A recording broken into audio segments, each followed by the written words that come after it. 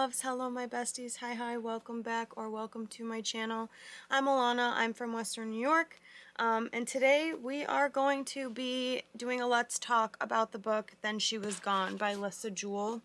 I read this book the end of last week, and I really enjoyed this. I ended up rating it a 3.5 stars, but I'm gonna talk to you guys about the plot, the characters, the setting, the themes, and all that good stuff. So let's get right into it. We are going to talk about the plot first. This story follows Laurel Mack 10 years after her daughter Ellie goes missing.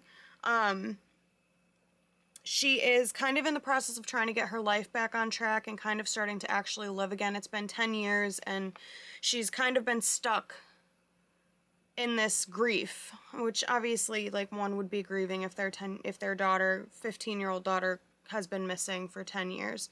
But she runs into this handsome man named Floyd at a cafe while she's out and about, and they strike up a conversation and end up kind of connecting and dating.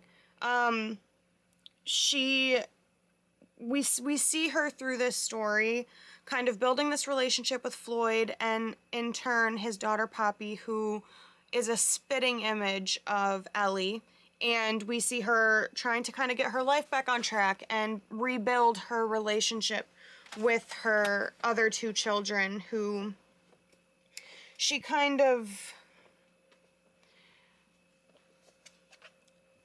neglected once Ellie went missing. Like, she stopped being a mom, she stopped cooking, she stopped doing basically everything.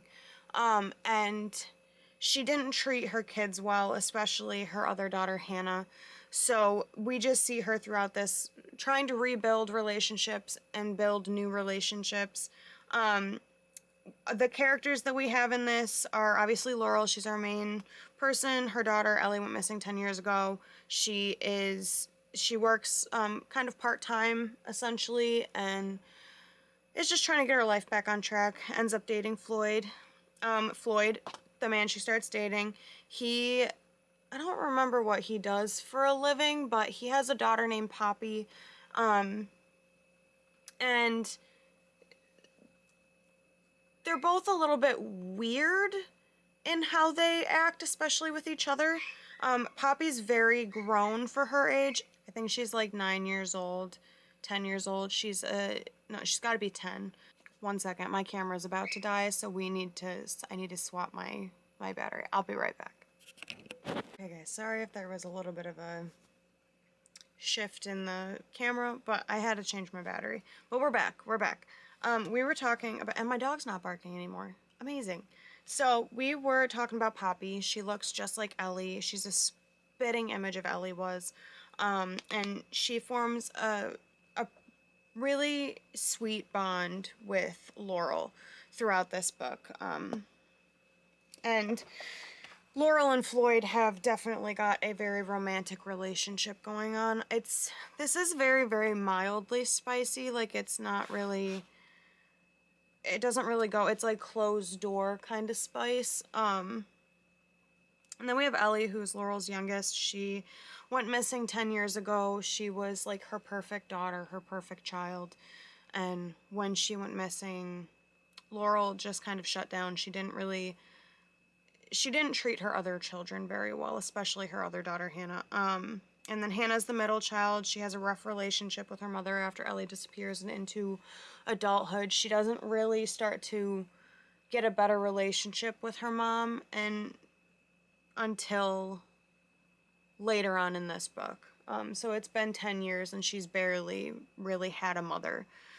And then Jake is the oldest child. He's her son. He lives, I don't remember where he lives, but he doesn't live around them, and he has an okay relationship with his mom. It's not as in much turmoil as the one with Hannah is, but overall they all kind of get a better relationship as the book goes on. And then the setting, this takes place in present-day London. We spend a lot of time in Floyd's home with him and his daughter Poppy, and Laurel, obviously. And then we spend some of the time also at Laurel's. But we also visit some other places in London, like other locations. The pacing was very well done in this. It didn't feel very boring. It wasn't like super fast paced, but it was a very steady pacing, and I felt like we were always learning something new without it being like just jumping to the next thing. There were obviously some times where it was a little bit more laid back, but I liked the pacing a lot. The originality, I thought it was pretty original. I hadn't read anything quite like this before, and like obviously you read stories about thrillers like this where a child's gone missing, but there were parts of this book that really take you by surprise. Like you find out things that happened to Ellie throughout this, and it's wild. Like it's crazy, and how everything ties together and how everyone kind of comes together full circle is really crazy. I kind of saw some of the plot twists coming, but not really. Like, I saw some of it kind of coming along, but I also didn't get it right. Like, I got it partially right, but not fully right. And I really enjoyed that. I really liked that this kept me on my toes, and I really didn't know what was going on. But I really did like this, and it was really the twist that got me through this book. Like these little tidbits of things we were finding out, and then these massive plot twists that I just didn't fully understand that were coming. Like I didn't see them coming. I didn't really put down any tropes for this. And the themes, we deal with loss and resilience throughout this. Like, we're obviously seeing kind of the aftermath of losing Ellie and the toll it took on Laurel and her family, and really just not even just them, like the toll it takes on other people as well.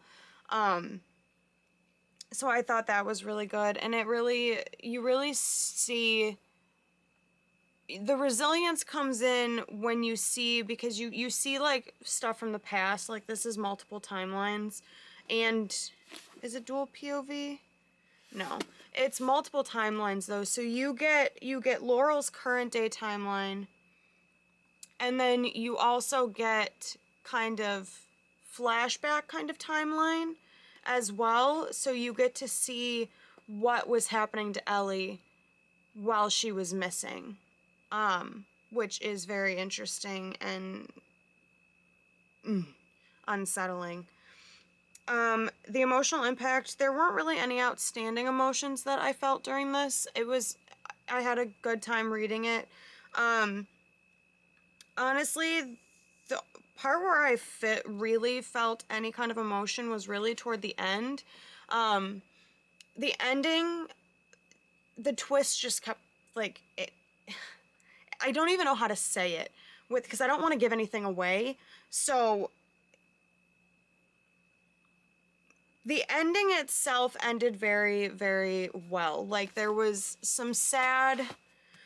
So there's kind of like two endings to the story. Like, you get to see the end of the story itself, and then you get to see a letter from when Ellie was missing. Like, you get to see a letter that she wrote. It was like a letter she wrote and stuck into a book that ended up getting sold back to the Salvation Army kind of deal.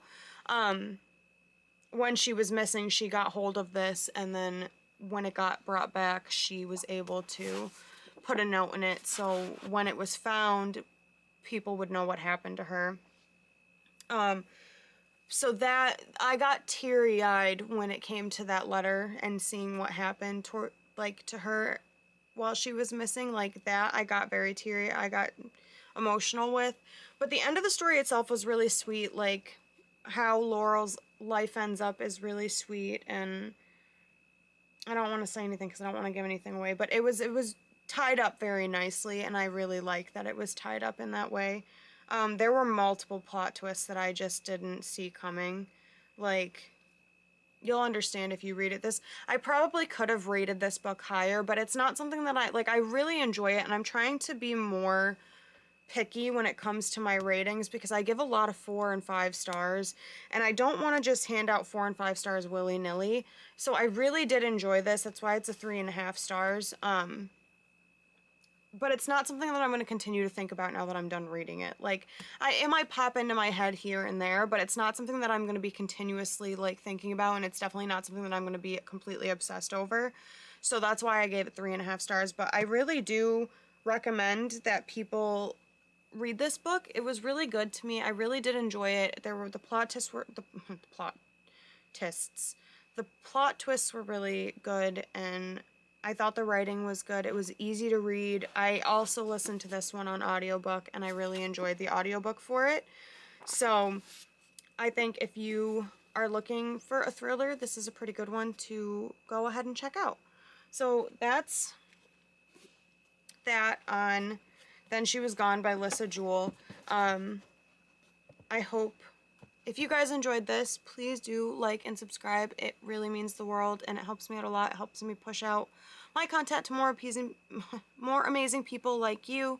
Also, thank you for any time that you choose to spend here, because I know time is not something you can get back, so any minute you choose to give me truly does mean the world, and I really appreciate you guys, and I hope you guys stay happy. Oh my God, I can't talk. It's been a day. I hope you guys stay happy, healthy, and safe, and I will see you guys the next time I see you. Have a great one, guys. Bye.